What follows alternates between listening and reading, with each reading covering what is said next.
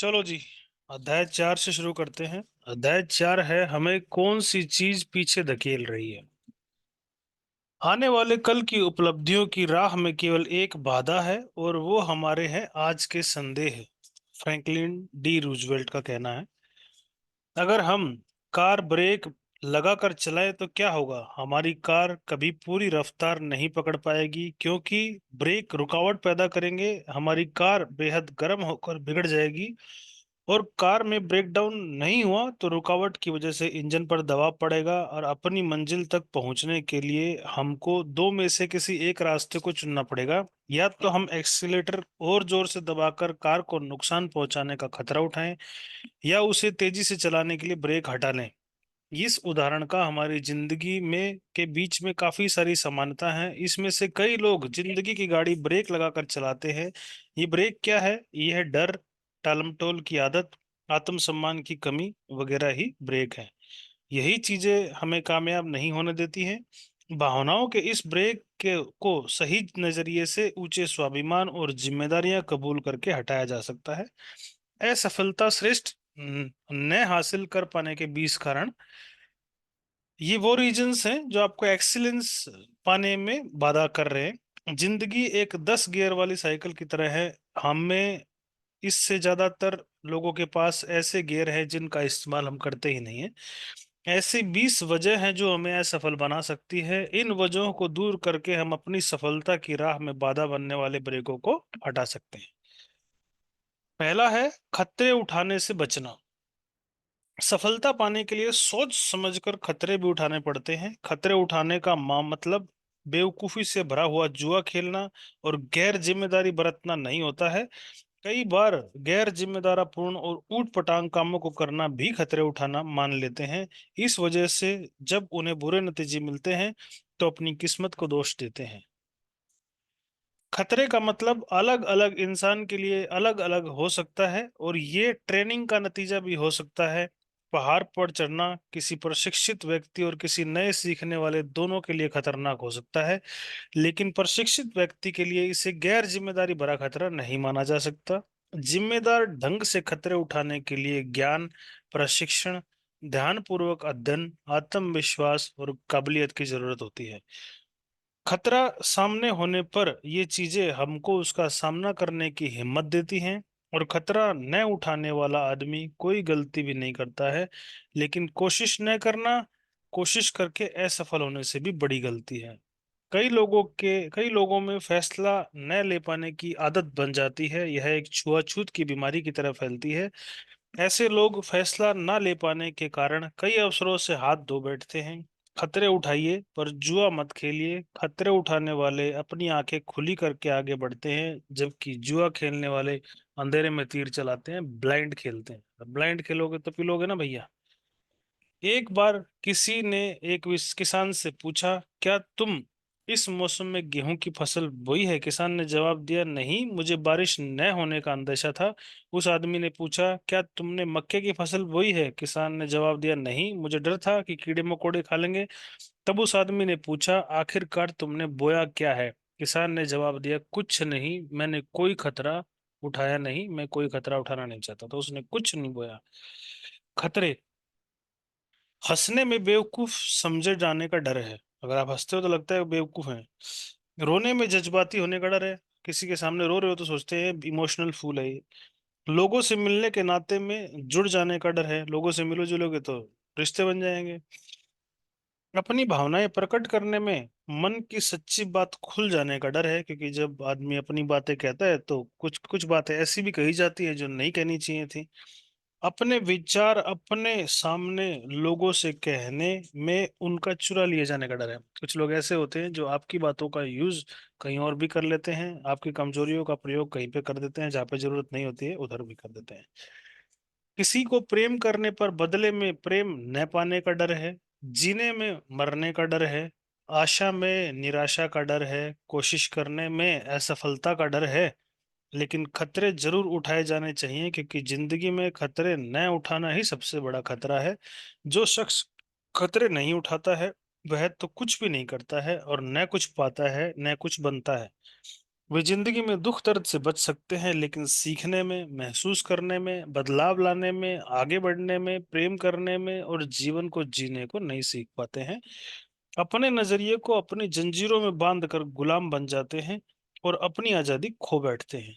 सिर्फ खतरे उठाने वाला इंसान ही सही मायनों में आजाद है। लगातार कोशिश की कमी नंबर 2। जब मुश्किलों पर काबू पाना नामुमकिन लगता है तो भागना सबसे आसान तरीका नजर आता है। यह बात हर शादी, हर नौकरी, हर रिश्ते पर लागू होती है। जीतने वाले भले ही चोट खाएं, लेकिन मैदान नहीं छोड़ते। हम सबको जिंदगी में ठोकरें लगती हैं, इसका मतलब यह कतई नहीं है कि हम असफल हैं। दृढ़ता और अड़ियलपने में क्या फर्क है? अंतर यह है कि दृढ़ता मजबूत इच्छा शक्ति की निशानी है, जबकि अड़ियलपन घोर अनिच्छा का प्रतीक है। ज्यादातर लोग जानकारी या अभाव की कमी की वजह से नहीं, बल्कि कोशिश बंद कर देने की वजह से असफल होते हैं। कितनी बढ़िया बात कही है। ज्यादातर आदमी इसलिए असफल होते हैं क्योंकि वो कोशिश ही नहीं करते। सफलता का पूरा राज इन दो खूबियों में छिपा हुआ है। पहला है दृढ़ता, परसिस्टेंस, और दूसरा है प्रतिरोध, रेजिस्टेंस। जिन कामों को करना चाहिए उनके बारे में दृढ़ता दिखाएं, जिनको नहीं करना चाहिए उनका प्रतिरोध करें, रेजिस्टेंस करें उसको। कोई आदमी इसीलिए हीरो नहीं होता वह किसी और से ज्यादा बहादुर है, बल्कि इसलिए होता है क्योंकि वह अपनी बहादुरी दूसरों की तुलना में 10 मिनट ज्यादा दिखाता है। भाई इतना ही फर्क है। तीसरे नंबर पर है इच्छा फौरन पूरी करने की चाह, इंस्टेंट ग्रेटिफिकेशन। कई लोग रातों रात लाखों करोड़ों कमाना चाहते हैं। इस वजह से आजकल लॉटरी, जुआ का धंधा काफी फल फूल रहा है।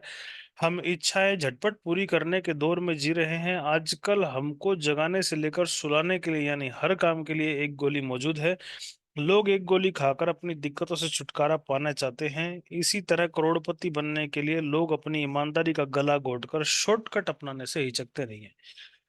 इच्छा फौरन पूरी करने की चाह रखने वालों के उसके नतीजे के बारे में नहीं सोचते। आज की पीढ़ी अच्छी खुराक उसे मानती है जिसे खाने से वजन 5 पाउंड घट जाए। ऐसे लोग जो और ज्यादा जन्मदिन मनाने की बजाय ज्यादा तोहफे लेना चाहते हैं। अगर आप कल के बारे में सोचने की बजाय केवल आज के बारे में ही सोचते रहेंगे तो यह दूरदर्शिता नहीं है। सीमित सोच के सहारे आप कोई सार्थक लक्ष्य कायम नहीं कर सकते।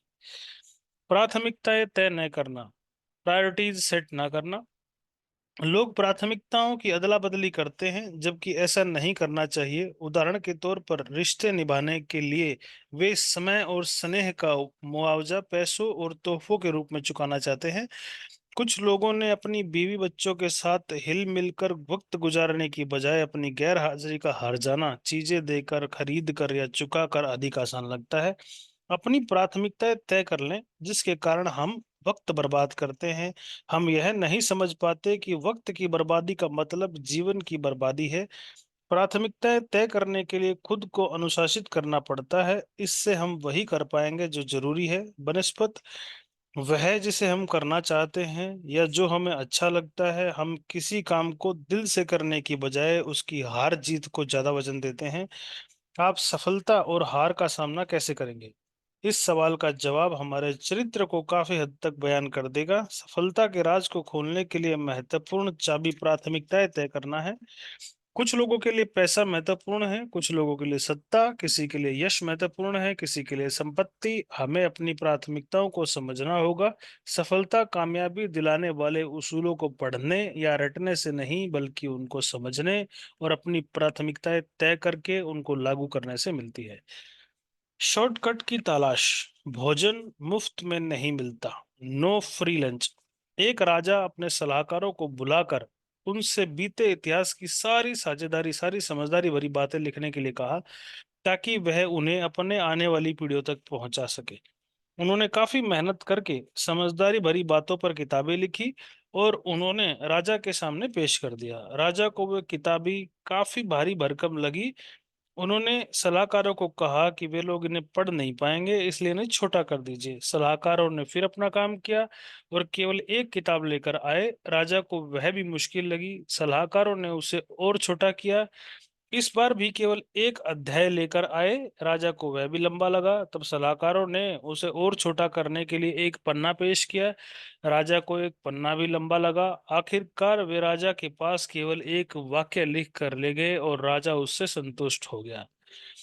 राजा ने कहा कि अगर उसे आने वाली पीढ़ियों की समझदारी का केवल एक वाक्य चुनना है तो वह यह वाक्य हो गया, भोजन मुफ्त में नहीं मिलता। इतनी बड़ी बात है, भोजन मुफ्त में नहीं मिलता। भोजन मुफ्त में नहीं मिलता का मतलब दरअसल यह है कि हम कुछ दिए बिना कुछ नहीं पा सकते। दूसरे लफ्जों में कहें तो हम जो लगाते हैं बदले में वही पाते हैं। अगर हमने योजना में ज्यादा लागत नहीं लगाई है तो हमें ज्यादा फायदा भी नहीं होगा। बेशक हर समाज में ऐसे मुक्तखोर भी होते हैं जो बिना कुछ लगाए ही पाने की उम्मीद लगाए रहते हैं। आसान रास्ता काफी मुश्किल रास्ता साबित हो सकता है। एक बार लार्क चिड़िया गाना जंगल में गाना गा रही थी। तभी एक किसान उसके पास कीड़ों से भरा हुआ एक संदूक लेकर गुजरा। लार्क चिड़िया ने उसे रोक कर पूछा, तुम्हारे संदूक में क्या है और तुम कहाँ जा रहे हो? किसान ने जवाब दिया, मेरे संदूक में कीड़े हैं और मैं बाजार से उन कीड़ों के बदले पंख खरीदने जा रहा हूँ। लार्क ने कहा, पंख तो मेरे पास भी हैं। मैं अपना एक पंख तोड़कर तुम्हें दे दूंगी, तुम मुझे कीड़े नहीं तलाशने पड़ेंगे। किसान ने लार्क को कीड़े दे दिए। लार्क ने उसके बदले में अपना एक पंख तोड़कर दे दिया। उसके बाद रोज यही सिलसिला चलता रहा। एक दिन ऐसा आ गया जब लार्क के पास देने के लिए कोई पंख नहीं बचा था। वह उड़कर कीड़े करने की तलाश करने के लायक भी नहीं रह के गई थी। वह बद्दी दिखने लगी। उसने गाना छोड़ दिया और वह जल्दी ही मर गई।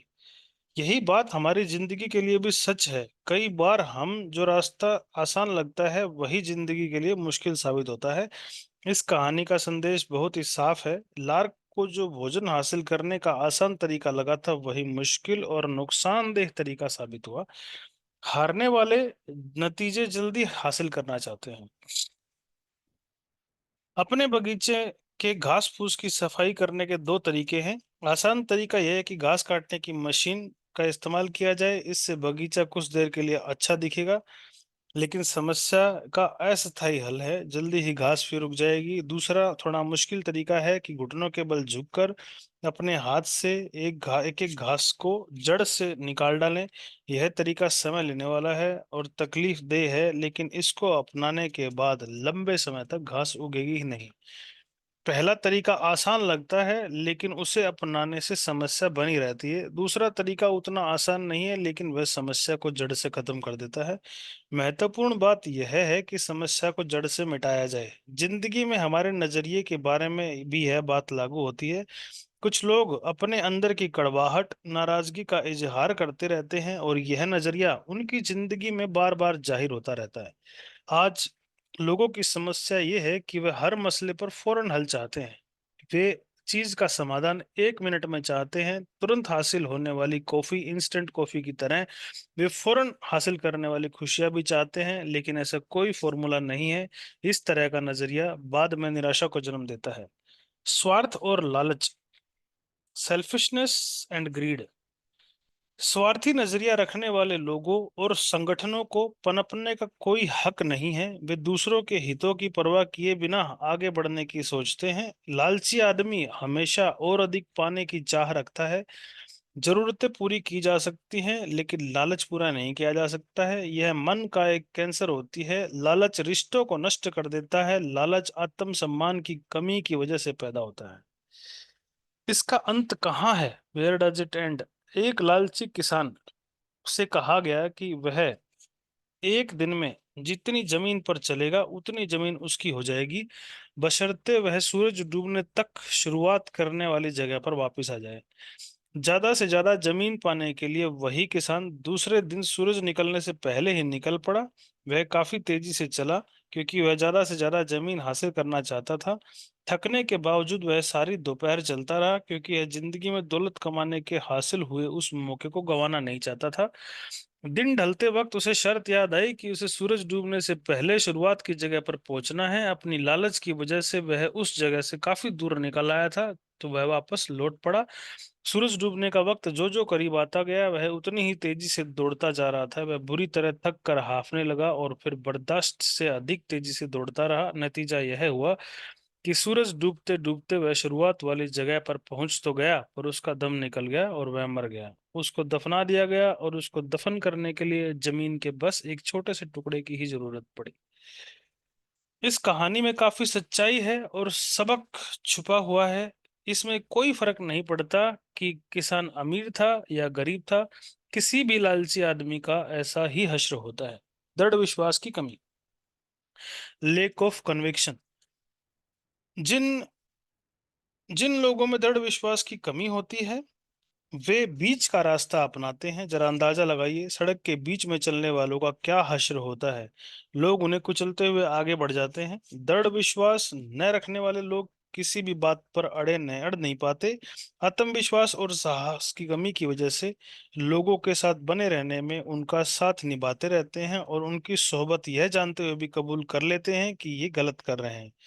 कुछ लोग खुद को यह सोचकर बेहतर मानते हैं कि वे गलत काम का समर्थन नहीं करते, पर उनमें विरोध करने का साहस नहीं होता। किसी काम के गलत होने के एहसास के बावजूद उसका विरोध न करना दरअसल उस काम का विरोध करना ही है। सफलता पाने का एक अहम राज, किसी बात के विरोध में करने की बजाय किसी के समर्थन में रहो। इस तरह हम समस्या के नहीं बल्कि समाधान का हिस्सा बन जाते हैं। याद रखिए, किसी बात पर टिके रहने के लिए दृढ़ विश्वास की जरूरत होती है। दृढ़ विश्वास आस्था से उपजता है।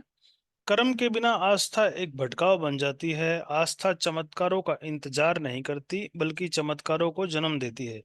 अगर आप सोचते हैं कि आप कर सकते हैं, तो आप यह सोचते हैं कि आप नहीं कर सकते। दोनों दोनों तरह ही ठीक है। जो आप सोचते हैं वही होगा। ये हेनरी फोर्ड की स्टेटमेंट है, हेनरी फोर्ड जी ने बोला है। हमारी जिंदगी में बुरे लम्हे आते हैं, हम सभी गिरकर चोट खाते हैं। ऐसे पल हम सभी की जिंदगी में आते हैं जब हमें खुशी पर अविश्वास हो जाता है, खुद पर अविश्वास हो जाता है, तो हम खुद पर रहम खाने लग जाते हैं। असली बात यह है कि ऐसी भावनाओं से उभर कर अपनी आस्था को फिर से कैसे कायम किया जाए। दुनिया में तीन तरह के लोग होते हैं। कुछ लोग काम को अंजाम देते हैं, कुछ लोग काम को अंजाम तक पहुंचते हुए देखते रहते हैं, कुछ लोग अचरज करते हैं और यह काम अंजाम तक कैसे पहुंचा। आप किस वर्ग में आते हैं? पहले, कुछ लोग काम को अंजाम देते हैं। दूसरे, कुछ लोग काम को अंजाम तक पहुंचते हुए देखते रहते हैं। तीसरे, कुछ लोग अचरज करते हैं कि ये काम अंजाम तक पहुंचा कैसे। आप कौन से वर्ग में आते हैं, आप डिसाइड कीजिएगा। कुदरत के नियमों को न समझना। कुदरत के नियमों को न समझना। फ्रैंकलिन के संकेत समझने से पहले भी बिजली कई बार चमकी थी। न्यूटन के संकेत समझने से पहले भी सेब उनके सिर पर कई बार गिरा था। कुदरत हमेशा इशारे करती रहती है और हमें बार बार इशारा करती है, और एक का एक हम उसका इशारा समझ जाते हैं। रॉबर्ट फ्रॉस्ट का कहना है, सफलता असूलों का नाम है और ये उसूल कुदरत के हैं। बदलाव कुदरत का उसूल है। या तो हम आगे बढ़ रहे हैं या हम पीछे हट रहे हैं। हम या तो काम बना रहे हैं या काम बिगाड़ रहे हैं। सथाई की कोई गुंजाइश नहीं होती है। अगर हम किसी बीज को पेड़ बनने के लिए नहीं बोएंगे तो वह सड़ जाएगा। आप चाहें या ना चाहें, बदलाव तो होना है और होकर ही रहेगा। हर तरक्की बदलाव का नतीजा होती है, पर यह जरूरी नहीं कि हर बदलाव की वजह से तरक्की हो। ऐसे बदलाव का जायजा लेना चाहिए जो उन्हें कभी भूल कर भी करना चाहिए जब वे वाजिब लगे। किसी चीज को जांचे बिना कबूल कर लेना आदमी के ढीले स्वभाव को दर्शाता है। ऐसा करना आत्मविश्वास और आत्मसम्मान की कमी की निशानी है। परंपरा के बारे में काफी कुछ कहा जा सकता है। केवल तरक्की के लिए तरक्की करना ही एक तरह का कैंसर ग्रस्त सोच है। यह चारों ओर फैल रही नकारात्मकता है। यह तरक्की नहीं है, बर्बादी है। सही मायने में तरक्की के लिए उसका सकारात्मक होना जरूरी है। सफलता किस्मत से नहीं, कुछ नियमों का पालन करने से मिलती है। वजह और नतीजे का सिद्धांत। सफल होने के लिए हमें वजह और नतीजे के सिद्धांत या काम एवं नतीजे के रिश्ते को समझना होगा। हर नतीजे में कोई न कोई वजह होती है। वजह और नतीजे का सिद्धांत बोने और काटने के सिद्धांत के जैसा है। बोने और काटने का ये सिद्धांत है। हम में कुछ बोने की इच्छा होनी चाहिए। इच्छा शुरुआती बिंदु है। हम जैसा बोएंगे वैसा ही काटेंगे। हम आलू बोएंगे तो आलू की ही फसल काटेंगे, टमाटर की नहीं काट सकते। काटने से पहले हमको बोना पड़ेगा। पाने से पहले दीजिए। ईंधन डालने से पहले हम भट्टी से गर्मी की उम्मीद नहीं लगा सकते। कुछ लोग हमेशा देने से पहले ही पाने की उम्मीद लगा बैठते हैं। हम जब कोई बीज बोते हैं तो उससे कई गुना अधिक फसल काटते हैं। अगर हम सकारात्मक बीज बोए तो यह हमारी सकारात्मकता की फसल कई गुना बढ़ाकर मिलेगी, और यह नकारात्मक बीज बोएंगे तो हमको नकारात्मकता की फसल कई गुना बढ़ाकर मिलेगी। लोगों की प्रकृति के नियम विपरीत जाते देखना कोई साधारण बात नहीं है। कितना आसान है वह दिन जिस दिन बीज बोता है उसी दिन फसल नहीं काट सकता। फसल तैयार होने में हमेशा कुछ न कुछ समय जरूर लगता है। हम कम बोएंगे तो कम ही काटेंगे, हम ज्यादा बोएंगे तो ज्यादा ही काटेंगे। यह भौतिक विज्ञान फिजिक्स के नियम है। हर बार क्रिया एक्शन की बराबर शक्ति की प्रतिक्रिया रिएक्शन होती है। लोग अक्सर नतीजे बदलने की कोशिश करते हैं जबकि वजह बरकरार रहती है। हम अपने दिमाग को सकारात्मक विचारों की खुराक लगातार देते रहें, वरना नकारात्मकता खाली पड़ी जगह पर अपनी जगह कब्जा कर लेगी। और जो बात जेम्स एलन ने अपनी किताब एज ए मैन थिंकेथ में यही कही है, कि वही बात पुरानी कहानियों में भी कही जा चुकी है कि इंसान का दिमाग बगीचे की तरह होता है। हम अच्छे बीज बोएंगे तो बगीचा भी अच्छा होगा, अगर हम कुछ नहीं बोएंगे तो कुछ भी नहीं उगेगा और जंगली घास फूस हो जाएगी। यह कुदरत का नियम है। हमारी जिंदगी का सच भी यह है। मैं तो एकदम आगे बढ़कर कहना चाहूंगा कि जंगली घास फूस अच्छी बीज बोने के बावजूद भी उगेंगे, इसलिए निराई का काम हमेशा जारी करते रहें। हम किसी गिलास में पानी डालकर तापमान 0 डिग्री से नीचे भी ला दें तो पानी बर्फ बन जाएगा। इसमें कोई अचरज की बात नहीं है, यह कुदरत का नियम है। हकीकत यह है कि ऐसा होना जरूरी है। हमारी विचार ही नतीजों को जन्म देने वाली वजह हैं। हमारे विचार वजह हैं। आप जैसे विचार बोते हैं वैसा ही कर्म फल पाते हैं। कर्म का बीज बोने पर आदत वैसी ही फलती है। आदत का बीज बोने पर चरित्र वैसा ही बनता है। चरित्र का बीज बोने पर किस्मत वैसी ही बनती है। इस सब की शुरुआत एक विचार के साथ होती है। आकर्षण का नियम, लॉ ऑफ अट्रैक्शन। हम उन चीजों की ओर आकर्षित नहीं होते जिन्हें चाहते हैं, बल्कि उन चीजों की ओर आकर्षित होते हैं जो हमारे जैसी ही होती हैं। यह पुरानी कहावत है, चोर चोर मुसेरे भाई। नकारात्मक सोच वाले लोग खतरनाक होते हैं। वे नकारात्मक सोच वाले दूसरे लोगों को अपनी ओर आकर्षित करते हैं, नकारात्मक ढंग से प्रतिक्रिया जाहिर करते हैं, बुरे से बुरे नतीजों की उम्मीद करते हैं और कभी मायूस नहीं होते। क्या आपने गौर किया है कि सामाजिक समारोह में सफल लोग एक दूसरे सफल लोगों को अपनी ओर आकर्षित करते हैं और दूसरी ओर असफल लोग असफल लोगों को ही आकर्षित करते हैं, और यह एक दूसरे से सिर जोड़कर शिकवा शिकायतें करते रहते हैं, कलपते हैं और बिलखते हैं। 9 नंबर है योजना बनाने की तैयारी करने की अनिच्छा। जीतने की इच्छा सभी में होती है, मगर जीतने के लिए तैयारी करने की इच्छा बहुत कम लोगों में होती है। विंस लombardi का कहना है, ज्यादातर लोग अपनी जिंदगी के बारे में योजना बनाने की बजाय पार्टी और छुट्टियों के बारे में योजना बनाने में सफल वक्त बिताते हैं। तैयारी, आत्मविश्वास तैयारी से पैदा होता है। तैयारी का मतलब है योजनात्मक ढंग से अभ्यास करना। जीतने वाले खुद पर दबाव बनाए रखते हैं, और तैयारी दबाव जीत की चिंता किए बिना किए जाने वाली तैयारी का नाम होता है। अगर हमारी तैयारी खराब है तो हमारा खेल भी खराब होगा, क्योंकि हम वैसा ही खेलते हैं जैसा कि हम तैयारी होती है। सफलता और असफलता दोनों के बीच उतना ही अंतर है जितना कि सही और लगभग सही के बीच का है। जिस्म और दिमाग को पूरी तरह से तैयार करने के लिए कुर्बानी और आत्म अनुशासन की जरूरत होती है। सामान्य बना रहना काफी आसान है, लेकिन सबसे बेहतर बनना काफी मुश्किल है। इसलिए कोई ताज्जुब की बात नहीं है कि सामान्य लोग अपना रास्ता अपनाते हैं। किसी क्षेत्र में सफलता दिलाने के लिए अपनी बढ़त तैयारी से ही मिलती है। तैयारी इज इक्वल टू मकसद प्लस प्लस उसूल प्लस योजना प्लस अभ्यास प्लस दृढ़ता प्लस धैर्य प्लस आत्मगौरव। इसको बोला है preparation, purpose plus principle plus planning, practice, preservation, patience and pride. ये पी है एक, ये पी है, 6 7 पी है। 7 पी को प्रिपरेशन बोला गया है, तैयारी को बोला गया है। इसमें पर्पज है, प्रिंसिपल्स है, प्लानिंग है, प्रैक्टिस है, प्रिजर्वेंस है, पेशेंस है और प्राइड है। तैयारी से आत्मविश्वास उपजता है, प्रिपरेशन लीड्स टू कॉन्फिडेंस। तैयारी का यह मतलब नहीं होता है कि हम सफलता को सहज तो ले पर उसे स्वीकार न करें। इसका मतलब होता है खुद को निराश, मायूस और हारा हुआ महसूस किए बिना हार का सामना करने का हौसला रखना। तैयारी का मतलब होता है अपनी गलतियों से सीखना। गलती करना कोई बुरी बात नहीं है, हम सभी गलती करते हैं, लेकिन गलती को दोहराने वाला आदमी मूर्ख होता है। गलती करके उसे सुधारने वाला आदमी और बड़ी गलती करता है। ना सुधारने वाला, गलती करके उसे ना सुधारने वाला आदमी और बड़ी गलती करता है। किसी गलती को संभालने का सबसे अच्छा तरीका यह है कि उसे जल्दी से स्वीकार कर लिया जाए। आपकी गलती है, तुरंत सॉरी बोल दो। आपसे छोटा है, बड़ा है, बॉस है, जूनियर है, राह चलता आदमी है, रिक्शा वाला है, ऑटो वाला है, आपकी गलती है, तुरंत सॉरी बोलिए, उसे जल्दी से स्वीकार कर लीजिए। बोलिए भैया सॉरी, गलती हो गई, माफ करो।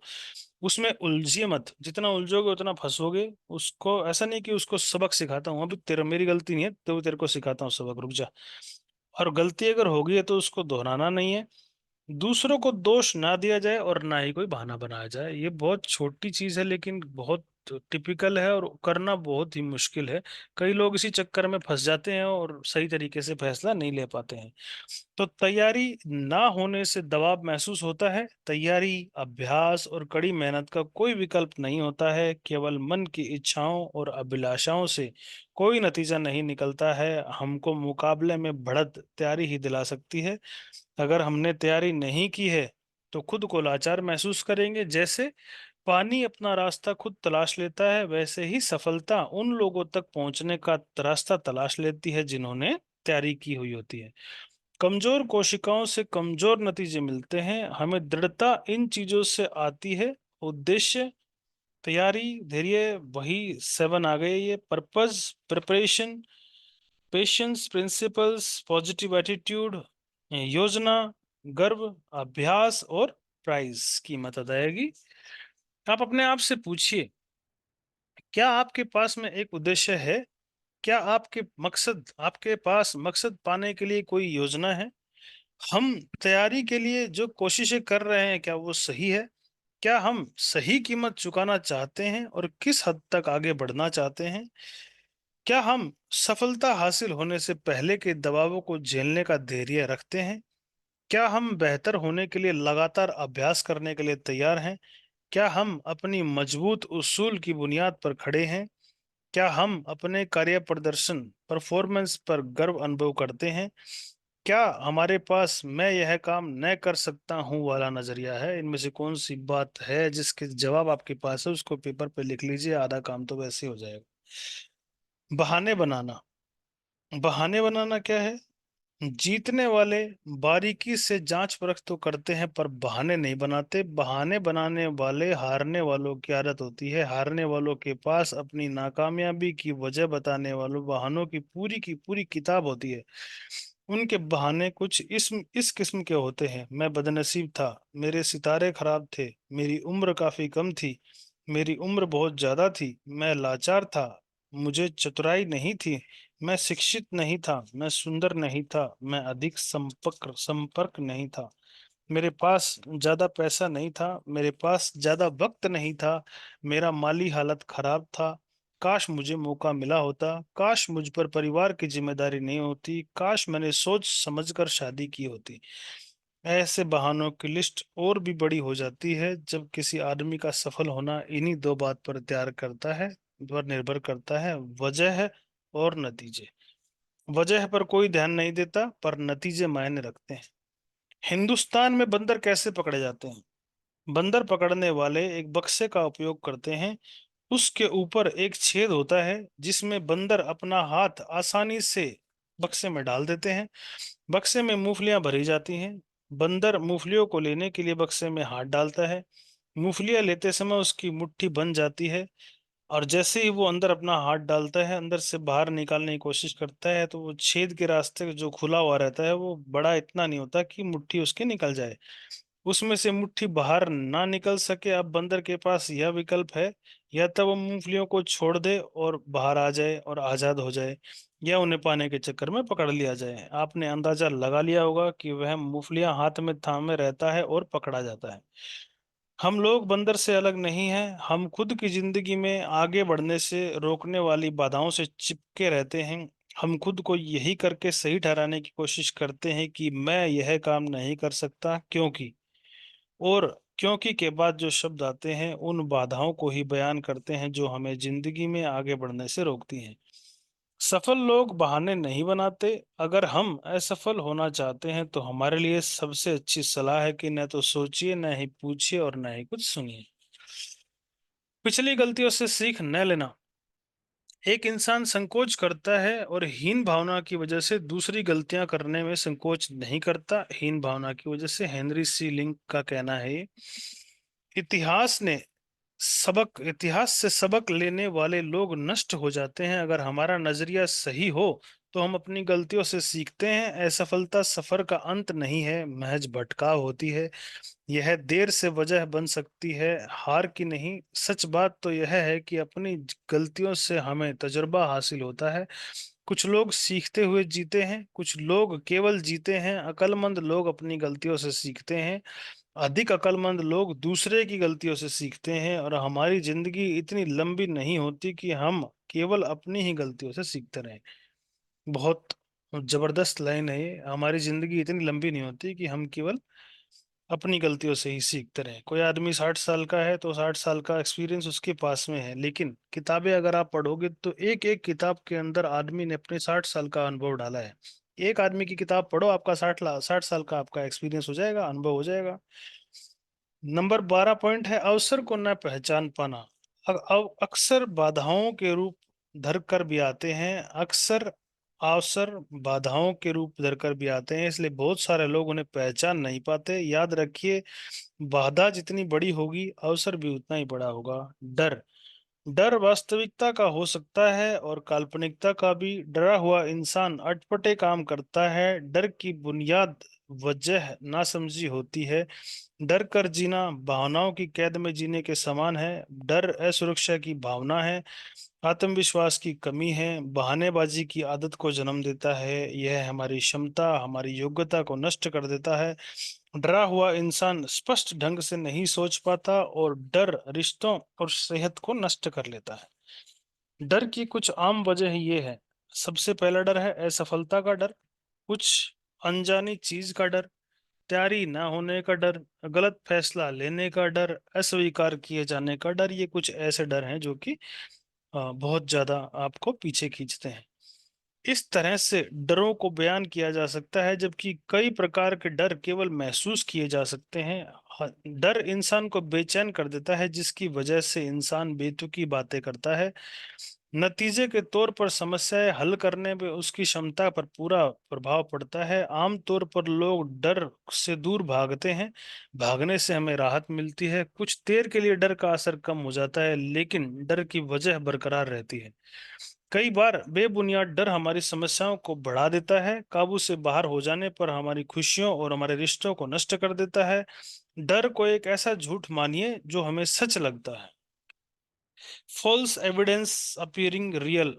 फियर का फुल फॉर्म बना दिया है फॉल्स एविडेंस अपीयरिंग रियल।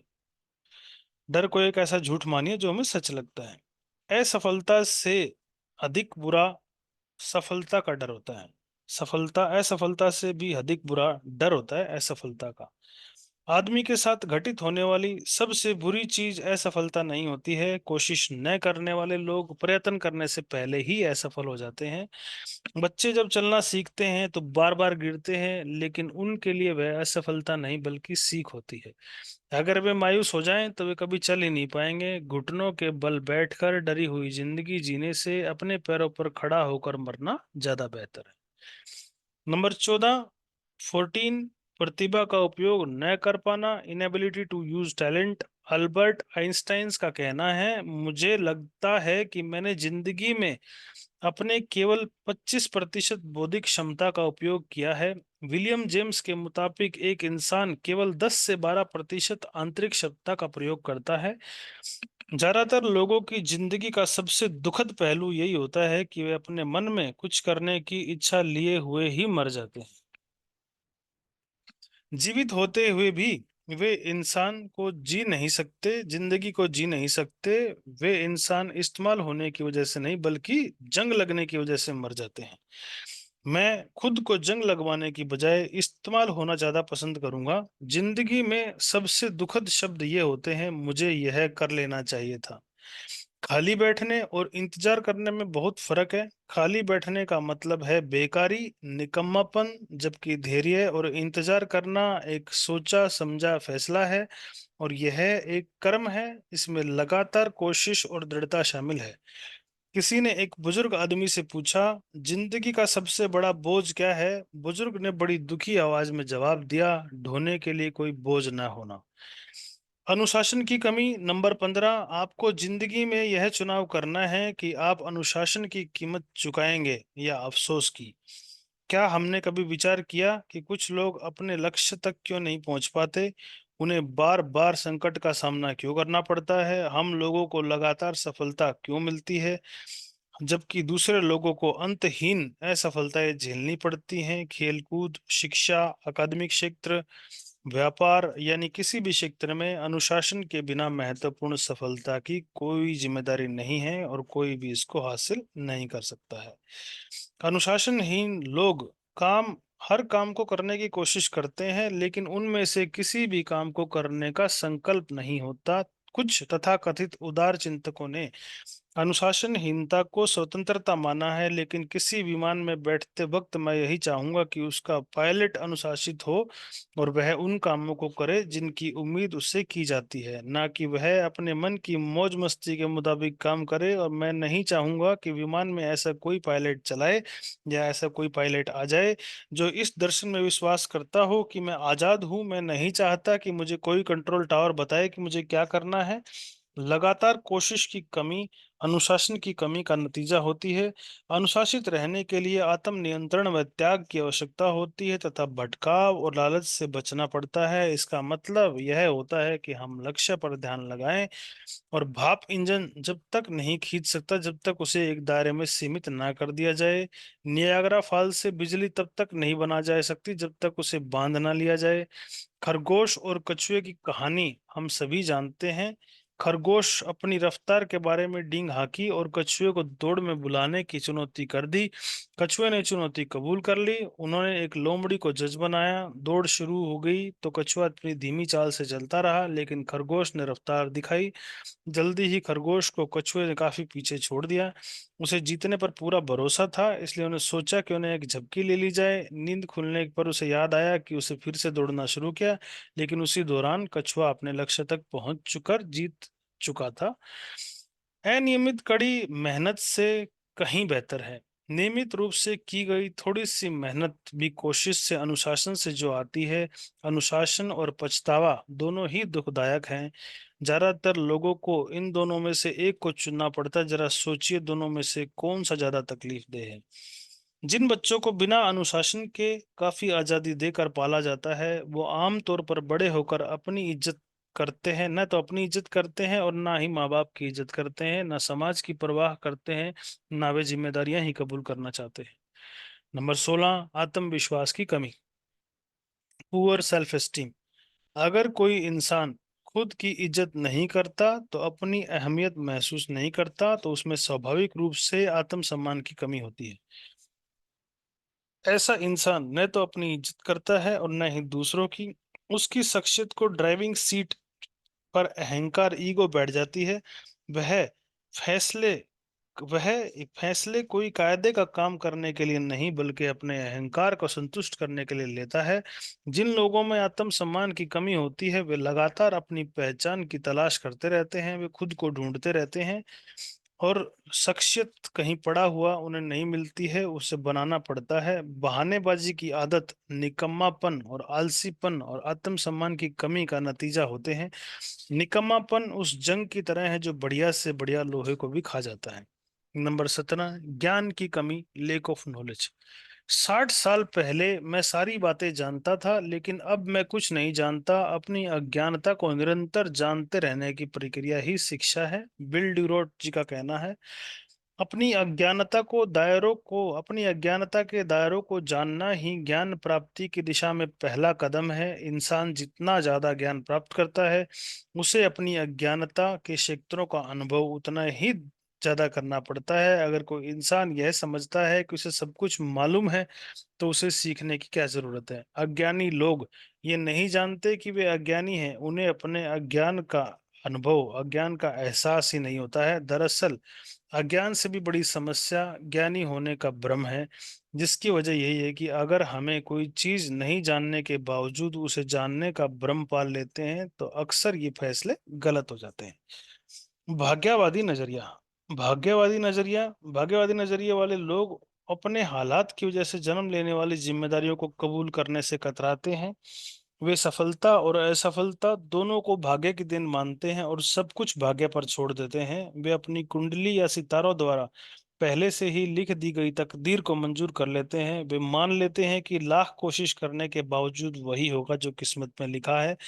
इसलिए वे कोई कोशिश ही नहीं करते हैं और आत्म संतुष्टि उनकी जिंदगी में जीने के लिए तरीका बन जाती है। वो खुद कुछ कर गुजरने की बजाय कुछ घटित होने का इंतजार करते हैं। किसी भी असफल आदमी से पूछिए तो वह यही कहेगा कि कामयाबी तो किस्मत से ही मिलती है।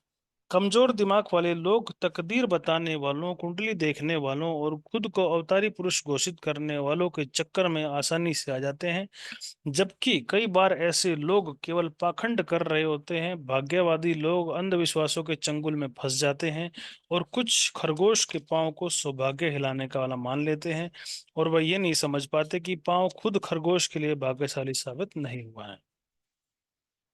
अगर हम असफल होना चाहते हैं तो भाग्य में विश्वास कीजिए। अगर सफल होना चाहते हैं तो वजह और नतीजे, सिद्धांत और प्रिंसिपल्स में विश्वास कीजिए। इस तरह अपनी किस्मत खुद बनाइए। सैमुअल गोल्डविन ने सच ही कहा है कि मैं जितनी कड़ी मेहनत करता हूँ, भाग्य के उतने ही करीब पहुंच जाता हूँ। कुछ लोग खुद को बदनसीब मानते हैं। इस तरह की सोच भाग्यवादी नजरिए को जन्म देती है। कोई काम आधे मन से करने वाले लोग अक्सर ऐसी बातें करते हैं, मैं कोशिश करूंगा, मैं देखता हूँ कि यह काम करने का तरीका काम करता है कि नहीं करता। मैं एक ही बार कोशिश करके देखूंगा। मेरे पास खोने के लिए कुछ भी नहीं है, मैंने वैसे भी ज्यादा कोशिश नहीं की है। अगर हम इस ढंग से सोचते रहेंगे तो हमारा असफल होना निश्चित है, क्योंकि आप में दृढ़ता और समर्पण की कमी है। सोचने का यह ढंग साहस और प्रतिबद्धता और आत्मविश्वास की कमी को दर्शाता है। कोई भी काम आधे मन से करने का मतलब नाकामयाबी की उम्मीद करना और उसे हासिल करना है। कामयाबी कोशिश से मिलती है। एक आदमी ने घोड़ा खरीद लिया, एक बहुत बड़ी सी तख्ती लगाकर उस घुड़शाला में खड़ा कर दिया। तख्ती पर लिखा हुआ था, दुनिया का सबसे तेज दौड़ने वाला घोड़ा। घोड़े के मालिक ने न तो घोड़े से अभ्यास करवाया, न ही उसे चुस्त दुरुस्त रखने के लिए प्रशिक्षित किया। घोड़े को एक रेस में दौड़ाया जिसमें वह आखिरी नंबर पर रहा। घोड़े के मालिक ने फौरन तख्ती बदल दी और घोड़े पर एक नई तख्ती लगा दी जिस पर लिखा हुआ था, घोड़े के लिए सबसे तेज दुनिया। लोग अपने आलसीपन और अपने जरूरी चीजों को न करने की वजह से नाकामयाब हो जाते हैं और फिर किस्मत को दोष देते हैं। नजरिया, हिम्मत और सोच में गहराई के बिना जिंदगी का एक अंधा तजुर्बा है। तंग, सुस्त, कमजोर दिमाग वाले लोग हमेशा ही आसान और सबसे कम रुकावटों वाले रास्ते चुनते हैं। 15 सेकंड तक अपनी क्षमता प्रदर्शित करने के लिए खिलाड़ी 15 साल तक अभ्यास करते हैं। जरा उनसे पूछिए क्या वे खुशकिस्मती से जीते हैं। किसी खिलाड़ी से पूछिए तो कड़े अभ्यास के बावजूद कैसा महसूस करता है, तो वह आपको बताएगा जैसा वह महसूस करता है, जैसे उसने पूरी ताकत निचोड़ ली गई है। और अगर वह ऐसा महसूस नहीं करता है तो इसका मतलब यह होगा कि उसने अपने अभ्यास में अपनी पूरी क्षमता नहीं लगाई है। हारने वाले सोचते हैं कि जिंदगी में उसके साथ इंसाफी की है। ये केवल अपनी रुकावटों के बारे में नहीं सोचते हैं, ये भी सोचते हैं कि जो इंसान पूरी तैयारी करके अच्छी तरह खेल रहा था, उससे भी रुकावटों का सामना करना पड़ा है, पर उसने उस पर काबू पा लिया है। असफल और सफल व्यक्ति में बस यही फर्क है कि जीतने वालों की तकलीफ बर्दाश्त करने वालों की शक्ति बढ़ जाती है, क्योंकि उनकी मेहनत सिर्फ खेल में प्रदर्शन तक ही सीमित नहीं है, उनके चरित्र को भी ऊंचा उठाती है। भाग्य उनकी मदद करता है जो अपनी मदद खुद करते हैं।